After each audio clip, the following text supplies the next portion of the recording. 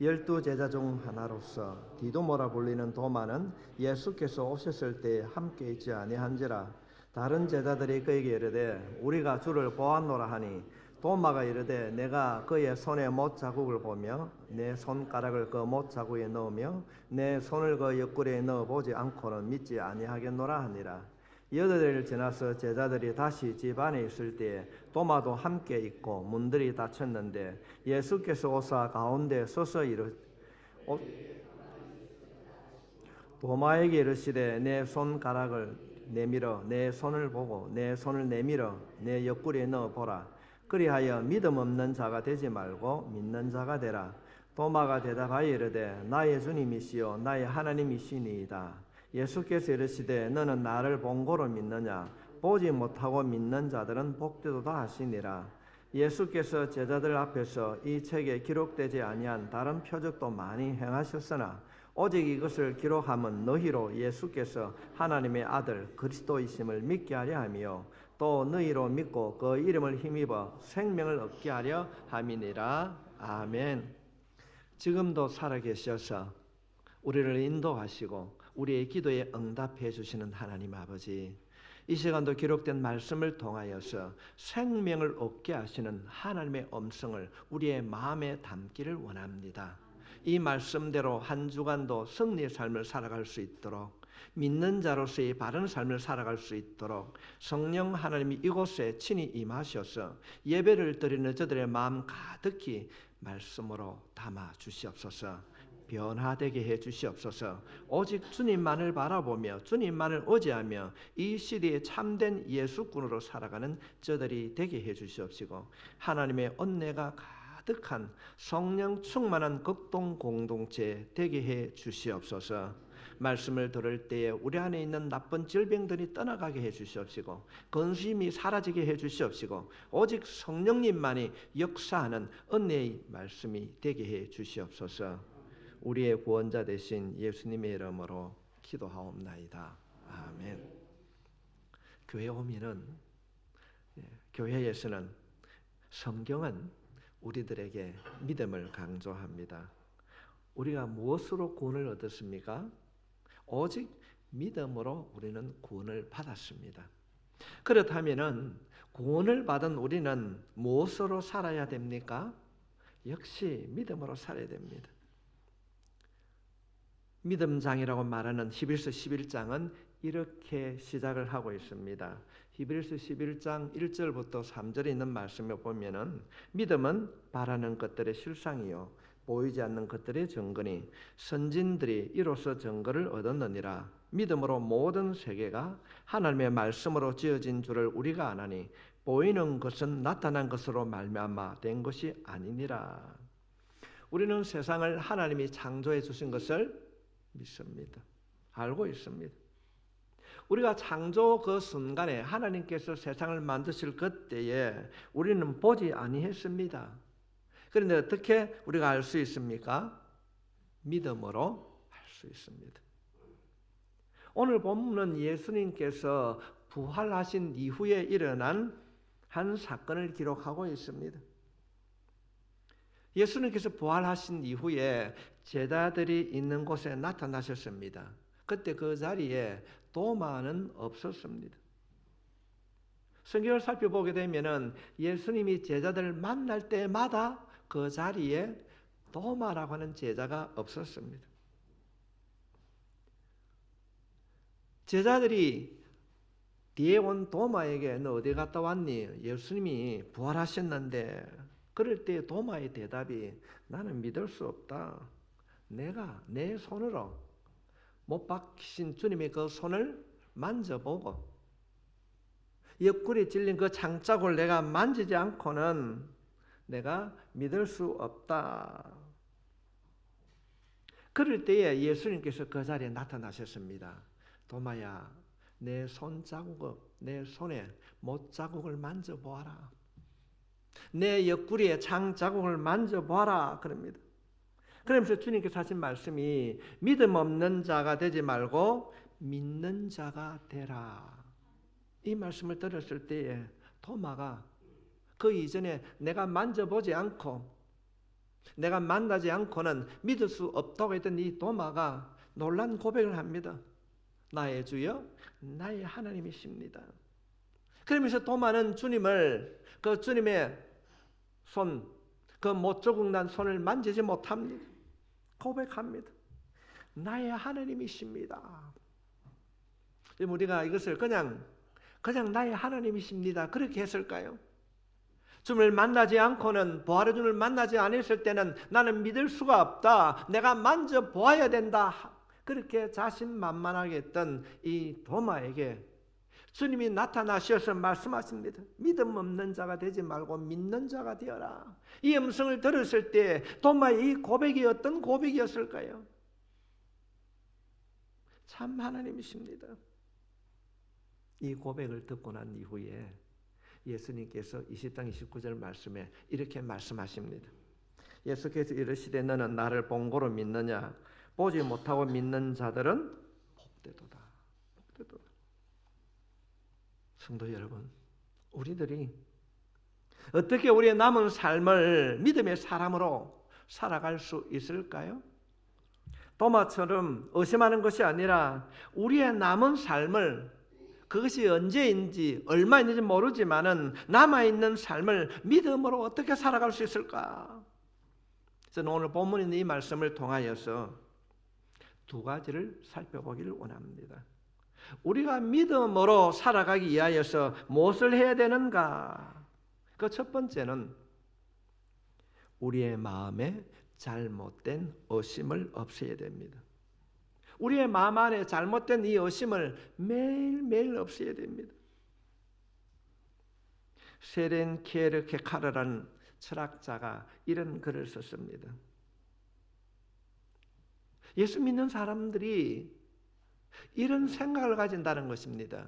그것이 무엇인가 하면은 사실이 아닌 것을 믿는다는 것과 사실인 것을 믿지 아니하는 이 두 가지의 마음을 사람들이, 아니 성도들이 가지고 있다는 것입니다.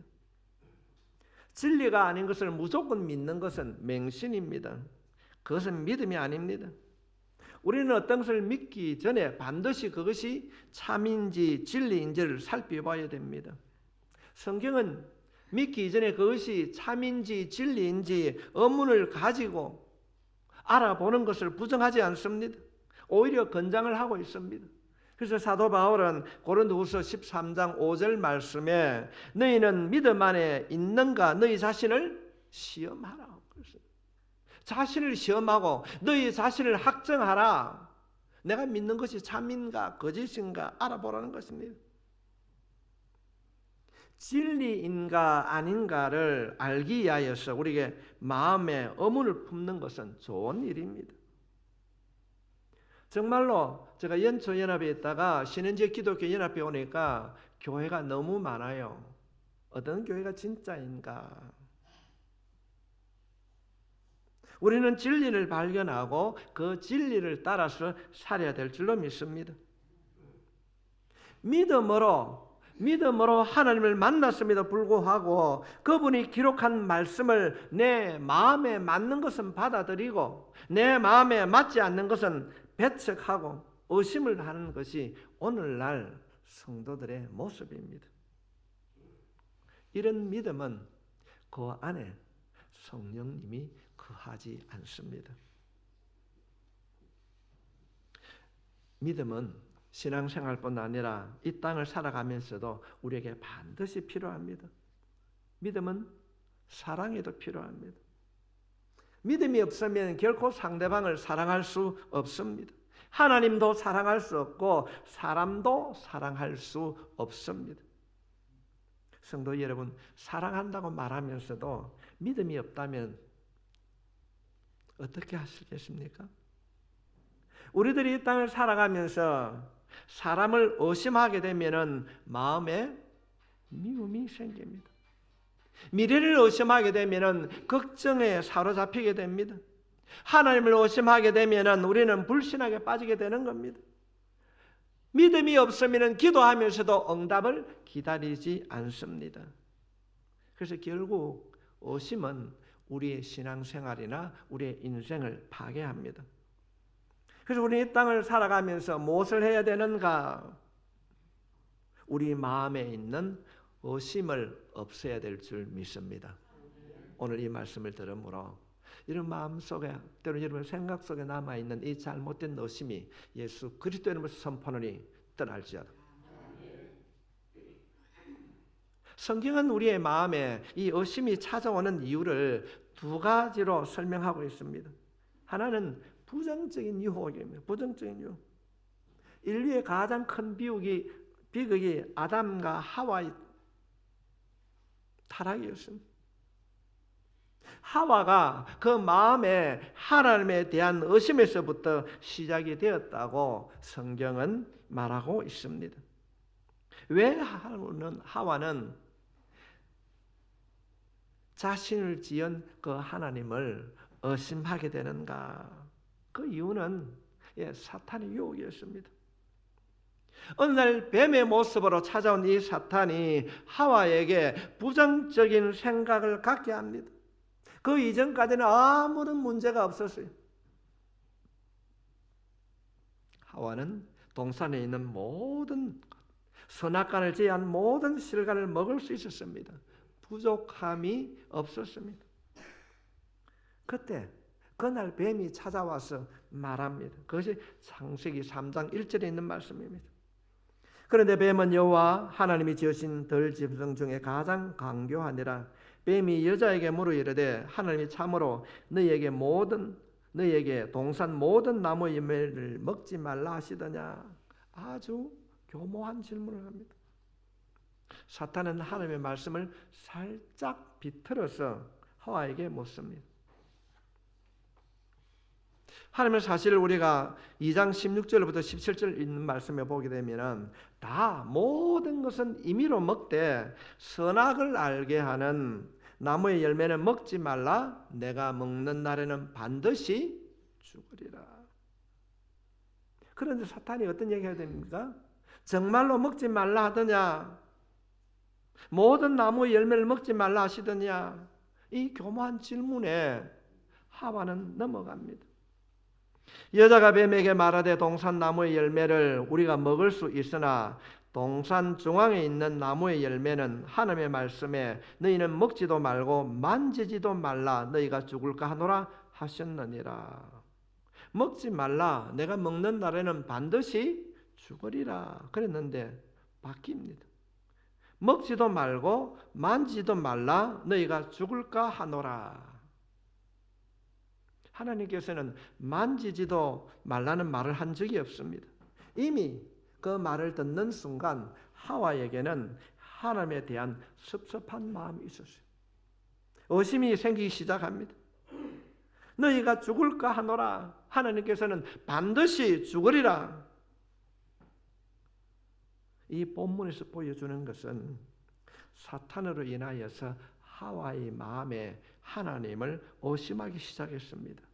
그 결과로 하와는 선악과를 따먹었습니다. 그래서 우리는 이 땅에 살아가는 날 동안 고통을 당하고 살고 있습니다.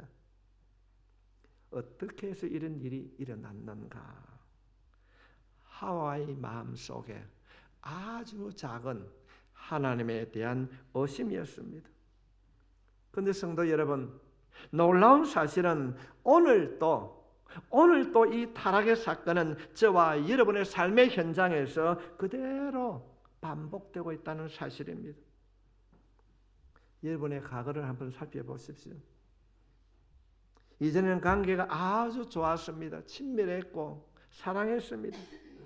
그런데 누군가가 다가와서 여러분에게 부정적인 생각을 슬쩍 밀어넣습니다. 그 순간 지금까지 믿어왔던 믿음이 흔들리고 그 사람에 대한 의심이 싹트기 시작합니다. 그 의심이 자리를 잡는 그 순간부터 마음에 의심이 생기고 관계가 흐트러지고 파괴가 되는 것입니다. 우리들이 인생을 살아가면서 우리 주위에 흔히 보는 관계가 틀어진 그런 곳에는 분명코 사탄의 활동이 배후에 숨어 있습니다. 에덴 동산에서 뱀을 사용한 사탄은 지금도 여전히 우리의 주위에서 우리를 동일한 방법으로 유혹하고 있습니다.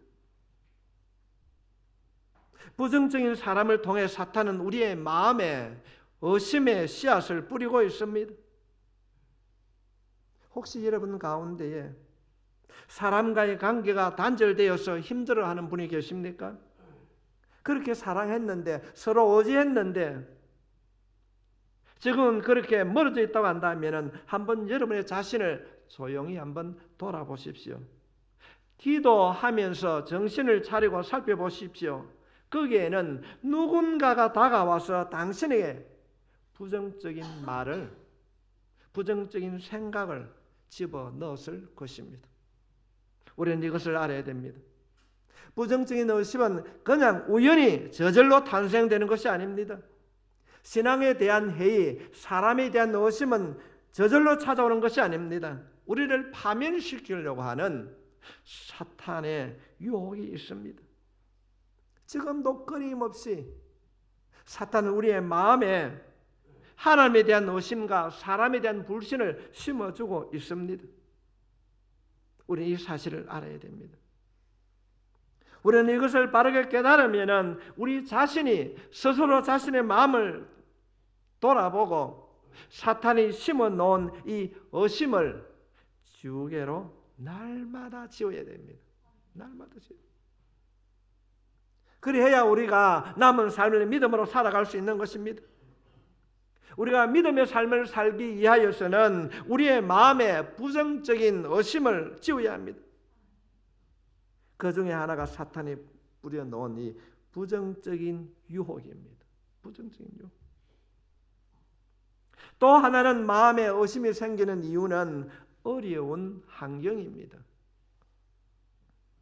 우리에게 감당하기 힘든 지나친 어려운 환경이 닥칠 때에 우리는 하나님에 대하여서 의심을 하게 됩니다. 하나님이 살아계시다면 왜 나에게 이런 일들이, 왜 우리 가정에 이런 어려움이, 하나님께서 선하시다면, 하나님께서 응답해 주신다면 우리의 신음소리도 응답해 주신 그 하나님이 왜 내 기도에는 응답해 주시지 않는가? 평소에는 느끼지 못하는데 우리는 고난이 될 때마다, 고난이 닥칠 때마다 우리의 마음에 일어나는 의문입니다. 여러분 그렇지 않습니까? 아무리 좋아도 우리의 마음에는 이런 의문들이 생깁니다. 우리의 고난과 삶의 아픔이 있을 때는 우리의 마음에는 의심을 가지게 됩니다.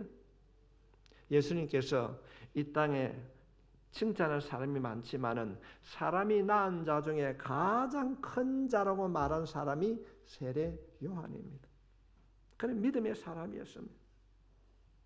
그런데 성경을 살펴보게 되면 그도 주님께서 칭찬한 사람이 낳은 자 중에 가장 큰 자라고 칭찬받았던 이 세례 요한도 믿음이 흔들렸다고 성경은 기록하고 있습니다. 어느 날 세례 요한이 제자들을 예수님께 보내어서 묻습니다. 그 내용이 마태복음 11장 3절에 있는 내용입니다. 예수께서 여짜오되 오실 그이가 당신이 오니까 우리가 다른 일을 기다리올까? 이 말은 예수님 당신이 정말로 메시아입니까? 성도 여러분, 이 질문을 하는 사람이 누굽니까? 세례 요한입니다. 예수님께 세례를 준 사람이 누구입니까? 요한입니다. 예수님이 세례를 받으시고 물 위에 올라올 때에 성령이 비둘기 같이 임하는 것을 목격한 사람이 세례 요한입니다. 이는 내 사랑하는 자요 기뻐하는 자라. 하나님의 음성을 들은 자도 세례 요한입니다. 그런가 하면 예수님께서 공생을 시작할 때에 보라 세상 죄를 지고 가는 하나님의 어린 양이라고 외친 사람도 세례 요한이었습니다. 자신이 데리고 있는 제자 중에 2명을 예수님의 제자로 보낸 사람도 세례 요한입니다. 그런데 왜 이제 와서 예수님 당신이 메시아 맞습니까? 왜 그렇게 의심을 하게 됩니까? 지금 세례 요한은 감옥에서 고난을 받고 있었기 때문입니다. 메시아가 이 땅에 오면은 이스라엘 나라가 해방되고 하나님의 왕국이 건설될 줄 알았습니다. 그런데 자신은 감옥에 갇혀 있습니다. 환경은 어려웠고 외로웠습니다. 감옥 생활의 고난이 자기에게 주어질 때에 요한은 의심을 하기 시작했습니다. 예수님, 당신이 메시아 맞습니까? 그때 예수님께서 의심하는 요한에게 대답해 주셨습니다.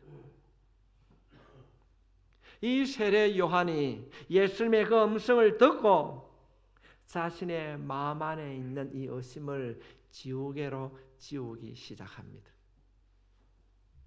우리가 아는 대로 그 말씀을 듣고 난 이후에 세례 요한은 당당하게 순교의 현장으로 가게 됩니다. 성도 여러분, 우리 가운데 이 의심의 자리에서 자유로운 분이 계십니까?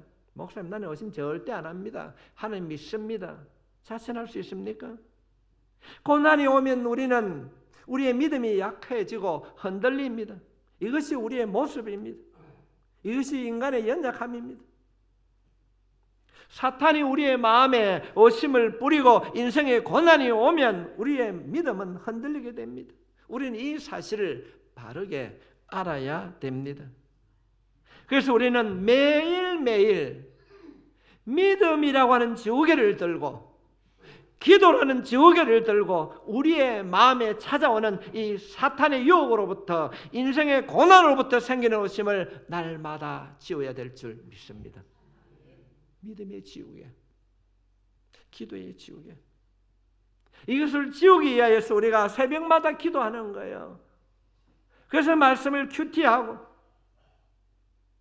그래서 우리가 찬양하는 이유입니다. 성도 여러분, 여러분의 자신을 가대평가하지 마십시오. 우리 자신도 모르는 사이에 의심의 씨앗이 우리의 환경 가운데 뿌려지고 있습니다.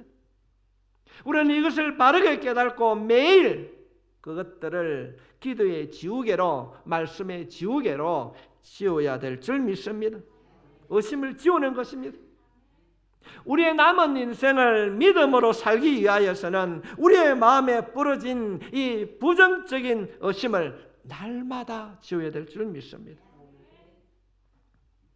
마지막으로 우리는 믿음을 힘써 키워야 됩니다. 첫 번째가 믿음의 지우개로 의심을 지워야 된다면 두 번째로는 믿음을 힘써 키워야 됩니다.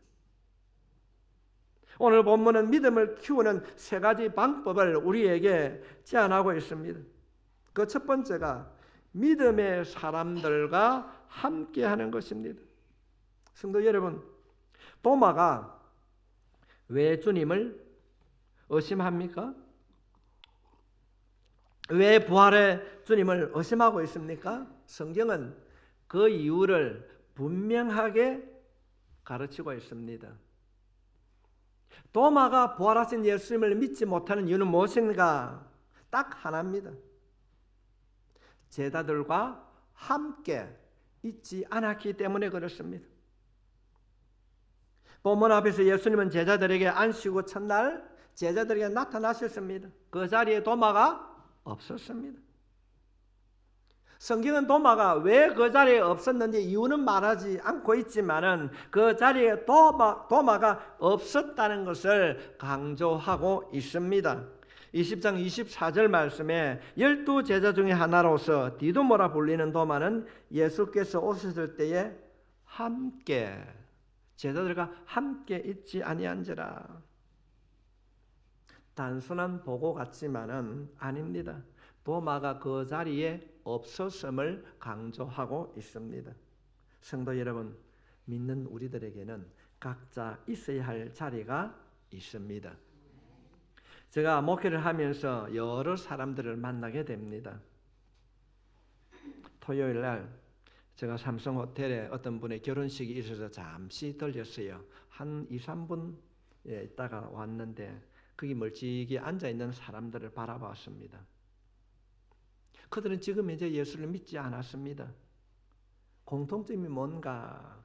있어야 할 자리에 있지 않는 사람들은 신앙을 잃어버립니다. 신앙생활에서 꼭 교회 나가서 예배를 드려야 되는가? 혼자 잘 믿으면 되지. 꼭 구역 예배를 드려야 되는가? 내 혼자 말씀 묵상하고 잘 믿으면 되지. 얼핏 보면은 맞는 것 같습니다. 그러나 그 마지막은 비극입니다. 있어야 할 자리를 지키지 않는 믿음은 결코 성장하지 않습니다. 다시 말씀을 드리면은 그리스도인들에게는 반드시 있어야 할 자리가 있습니다. 예배의 자리, 기도의 자리, 헌신의 자리, 교제의 자리, 있어야 할 자리를 지키지 않는 자들은 세월이 흐르면은 믿음이 점점 약해지고 사탄이 뿌리놓은 그 오심의 구덩이로 들어가고 있습니다. 있어야 할 자리를 지키지 못하면은 신앙생활이 건조하고 말씀을 들어도 성령의 만져주심, 마음의 뜨거움, 십자가의 사랑, 그런 확신을 가지지 못하는 것입니다. 하나님께서는 이 사실을 아시고 우리들에게 교회를 허락해 주신 줄 믿습니다. 성도 여러분, 우리 스스로에게 한번 질문해 보십시오. 당신은 어떻습니까? 있어야 할 자리에 있습니까? 제가 비록 적은 교회의 목사이지만은 이 코로나 바이러스 19로 인하여서 염려하는 부분이 이것입니다. 예배만 드린다면 문제가 없습니다. 영상으로 충분합니다. 성도 여러분, 그러나 교회는 교제가 있습니다. 임마누엘 때 마누라고 하는 함께가 있습니다. 교회는 공동체는 함께 해야 되는 것입니다. 그래서 함께 모여 기도하고, 그래서 함께 우리가 헌신하는 것입니다. 초대교회에 하나님께서 성령을 선물로 주실 때에 120명의 성도들이 뭐 하였더라? 함께 기도할 때에 성령의 역사가 일어났었습니다. 바로 있어야 할 자리입니다. 감사하게도 우리 교회는 규모가 적기 때문에 코로나19 바이러스가 온다 할지라도 지금까지 함께 예배를 드렸습니다. 성도 여러분, 편리를 따라 영상 예배를 드리면 여러분 앞으로 어떻게 될까요? 저는 이 부분이 염려가 되는 것입니다. 왜 믿음이 약해지는가? 나도 모르게 내 마음속에 부정적인 생각이 들기 때문에 그렇습니다. 왜 그런 생각이 드는가? 있어야 할 자리를 지키지 않기 때문에 그렇습니다. 여러분, 가정이 왜 흔들립니까? 남편이, 아내가 있어야 할 자리를 잃어버리게 되면은, 떠나게 되면은 흔들리게 되어 있는 것입니다. 하나님의 백성들이 하나님의 교회에 함께하지 않기 때문에 홀로라고 하는 것을 강조하기 때문에 넘어지는 것입니다. 도마가 함께하지 아니했을 때에 그는 오심을 하게 되었습니다. 성도 여러분, 우리가 아침마다 새벽 예배를 드릴 때에 가장 먼저 암송하는 성경 구절이 무엇입니까? 시편 1편에. 그냥 문자적으로 여러분 복 있는 사람은 그렇게 외우고 지나가면 하나님이 주신 음성을 들을 수가 없습니다. 150편이나 되는 이 방대한 시편을 시작하면서 우리에게 주님이 가르쳐 주는 것은 무엇입니까? 있어야 할 자리를 강조하고 있습니다. 복 있는 사람은 악인의 길을 따르지 아니하며 죄인의 길에 서지 아니하며 오만한 자들의 자리에 앉지 아니하고. 무엇을 말하고 있습니까? 너희는 있어야 할 자리에 있어야 된다는 것입니다. 있어야 할 자리입니다. 오늘 예배를 드리는 여러분은 있어야 할 자리를 지키는 여러분이 되시기를 주님의 이름으로 축복합니다. 우리가 믿음의 삶을 살기 위하여서는 의심을 없애고 믿음을 지켜야 됩니다. 그 믿음을 키워야 됩니다. 어떻게 키워야 되는가? 있어야 할 자리, 믿음의 사람들과 함께 해야 될 줄 믿습니다. 믿음의 사람들과. 우리의 믿음을 키우기 위해서는 자신의 한계를 인정해야 됩니다.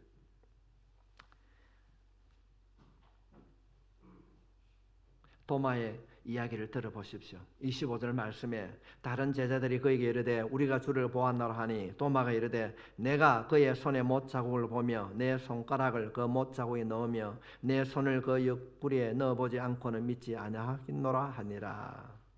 이 말씀을 자세히 한번 관찰해 보십시오. 무엇이 강조되어 있습니까? 왜 도마가 부활의 주님을 믿지 못하는가? 그 이유 가운데 하나가 도마는 지나치게 자신을 믿고 있어요. 내가 만져보아야 되고 내가 하긴 해야 되고. 성도 여러분, 우리의 믿음의 삶을 방해하고 있는 것이 무엇입니까? 우리 마음속에 숨겨져 있는 교만입니다. 교만입니다. 저는 이 말씀을 여러분 마음에 받아들일 수 있길 바랍니다. 머리로만 아는 것이 아니라 귀로 듣고 흘려 지나가는 것이 아니라 여러분의 마음을 한번 살펴보십시오. 얼마나 우리가 교만한지 모릅니다. 내가 알고 있는 지식, 경험을 가지고 상대방을 판단하고 정죄합니다. 그분이 잘못했어요. 그분이 죄를 지었어요. 그러나 우리의 마음은 어떻습니까? 죄를 지었다고 판단하고 정죄합니다. 사랑하는 성도 여러분, 그가 잘못하고 죄를 지었다 할지라도 기다리고 판단을 하나님 앞에 맡기는 영적인 성도가 되시기를 간절히 부탁합니다. 주님이 약속하셨어요. 이들이 얼마나 등등했겠습니까? 현장에서 나쁜 짓 하는 여자를 데리고 내가 잡아왔습니다. 주님이 어떤 말씀을 하십니까? 죄 없는 자가 돌로 쳐라. 여러분, 죄 없는 자가 돌을 치려고 그러면 고인 씨는 돌멩이 구하기도 힘듭니다. 우리의 주시는 교훈이 무엇입니까? 그런 일들이 일어났을 때에 너 자신을 먼저 돌아보라는 겁니다. 너 자신을 먼저 돌아보라. 성도 여러분, 우리가 교회 안에서 예수 믿는다 하면서도 얼마나 교만합니까? 누가 제일 교만합니까? 어쩌면 목사가 제일 교만할 거예요. 그 다음은 교회 오래 다니는 사람, 믿음이 있다고 하는 사람들일 겁니다. 우리는 오늘 이 말씀을 통하여서 하나님 앞에 어린 나이와 같은 마음을 열고 하나님, 내가 잘못했습니다. 주님 말씀대로 순종하겠습니다. 우리는 이런 고백을 못 드립니다. 얼마나 거만한지 모릅니다. 내가 만져봐야 되겠다. 내가 손에 못자국, 옆구리에 창자국을 만져보기 전에 믿을 수 없다는 것입니다. 자신의 경험과 지식을 지나치게 신뢰합니다. 성도 여러분, 우리가 이 세상을 살아가면서 신뢰할 수 있는 것은 물질도 아니요, 사람도 아니요, 하나님의 말씀인 줄 믿습니다. 내가 아닙니다. 내가 아닙니다. 우리는 예수를 믿는다고 하면서도 하나님의 말씀이라고 말은 하면서도 주님이 주신 진리를 의심하고 자신의 경험과 지식을 믿습니다. 이런 것이 우리 안에 있습니다. 우리의 마음에 이것이 있으므로 믿음이 성장하는 것을 방해한다는 것입니다. 교회에서 쓰는 용어로 교만함입니다. 우리 마음 안에 있는 이 교만한 마음이 성령님의 도우심으로 고침받고 변화될 수 있기를 바랍니다. 교만이 사라지게 되면, 성령을 따라 삶을 살게 되면 사람을 함부로 판단하지 않습니다. 엎드릴 때 예수님하고 부르짖으면 마음에 눈물이 나는 거예요. 나를 위해 십자가 돌아가신 그 성령님, 그분을 생각할 때마다 내 마음 안에 굳어져 있는 이 마음을 바라보며 우리는 울 수밖에 없어요.